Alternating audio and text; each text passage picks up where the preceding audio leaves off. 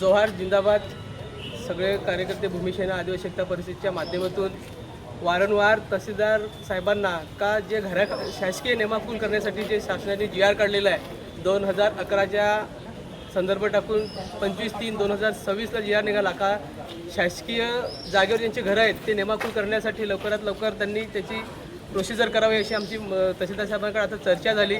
त्याच्यानंतर BDO साहेबांकडे ज्या लोकांच्या 1293 ज्यांची FTU झालेली आहे, ज्यांना घरकुलाचे अजून पैसे त्यांच्या खात्यामध्ये जमा नाही झालेत, अशा विषयावर त्यांच्यासह सर्व करून चर्चा झाली आणि ते बोलले की आम्ही लवकरात लवकर त्याच्यावर त्यांच्या अकाउंटमध्ये पैसे टाकण्याचं हे करू. आणि त्यांनी पुढे कळवलेलं आहे जिल्ह्याला पण, त्याचं त्यांनी आम्हाला पत्र दिलेलं आहे का आम्ही वरती कळवलेलं आहे.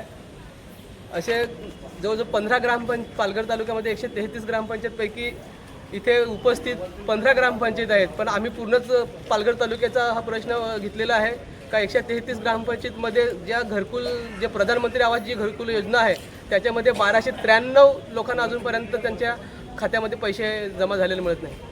एकूण कोणकोणते आणि किती विषय होते तुमच्याकडे? आमच्या घराखालच्या जागेचा प्रश्न होता, रस्त्याचा प्रश्न होता, पाण्याचा प्रश्न होता, घरकुलाचा प्रश्न होता.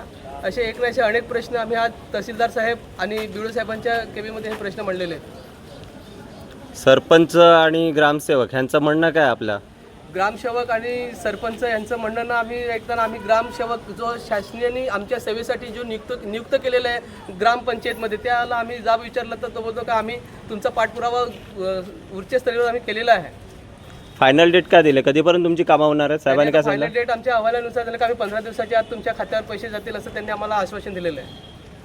आणि काम झालं नाही तर? काम झालं नाही तर आता येणारा ऑगस्ट महिना आहे म्हणजे क्रांती महिना आहे. या क्रांती महिन्यामध्ये आम्ही संघर्ष करण्याचं ठरवलेलं आहे.